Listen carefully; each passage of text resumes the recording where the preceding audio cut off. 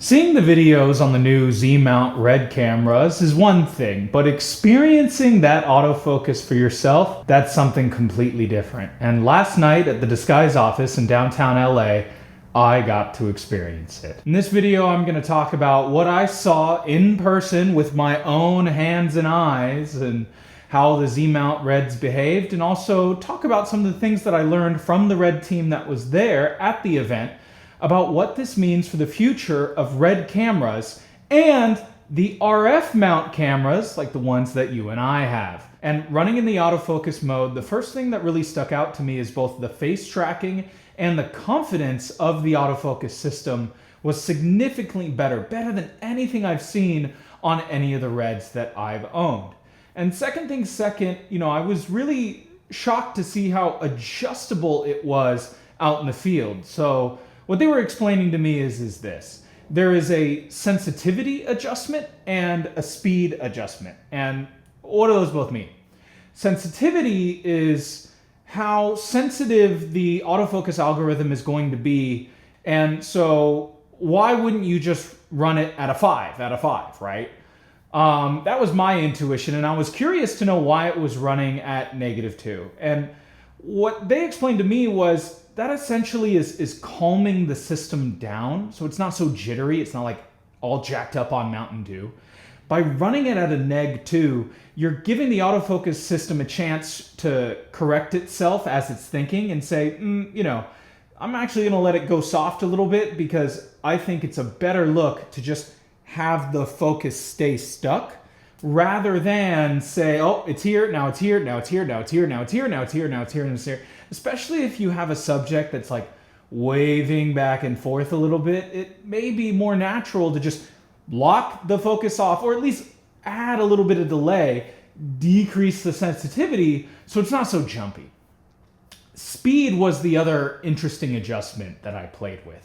Speed is pretty self-explanatory. It's just how fast the autofocus motor is going to ramp between where it is and where it needs to go.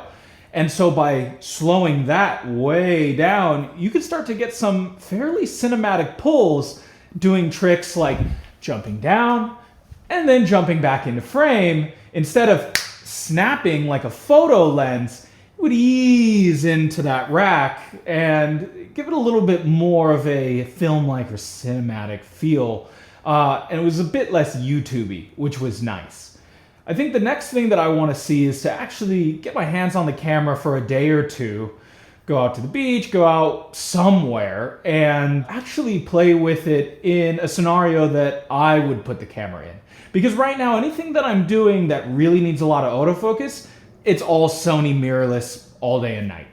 And so it would be nice to be able to jump back into the RED ecosystem and be able to work with R3Ds and to be able to work with 6K and 8K sensors and have that killer autofocus. So I know that all I gotta focus is on all of the other things that I'm doing in the unscripted world and leave the focus to the algorithm.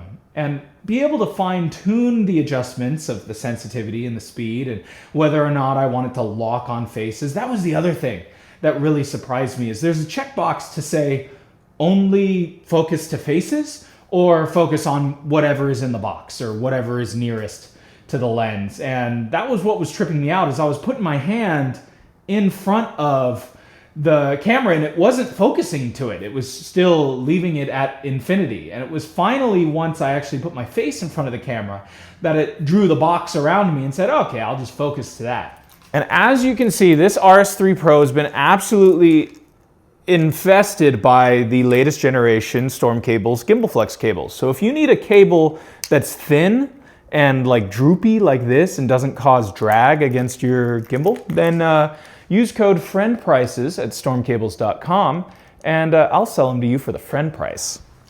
The hunch that I have and the intuition that I have is that all of that team that's working on Nikon's autofocus is going to be able to lend their experience to the 2 people, I don't know, that were working on autofocus at RED and hopefully be able to port some of that knowledge straight over into the RED code base and to be able to give those improvements to the Komodo X and the V-Raptor with the X sensor Obviously, you're not going to get it on the V-Raptor XL because the V-Raptor XL's PL mount. But the Komodo X and the V-Raptor X, these are welcome improvements. And I was really pleased to see it in person. And I think the next opportunity that everybody's going to have to see it in person is at NAB in Las Vegas first week of April. So I'm definitely going to check it out a little bit more in depth. One of the things that they told me about, though, is I was telling them about my Red Journey and how I still have a Scarlet X kicking around. And right now, it's just kind of chilling as a paperweight. You know what? Let me go get it real quick. Hold on.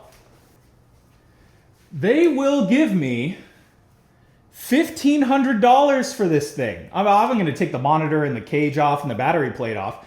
But the body, they'll give you $1,500 towards the purchase of a V-Raptor production pack. And that's honestly a pretty damn good deal because I'd have to look on eBay and see what Scarlet X's are selling for these days. But if you want to see the video that I did on why everyone's selling their regular Komodos on eBay, you should click that video right now.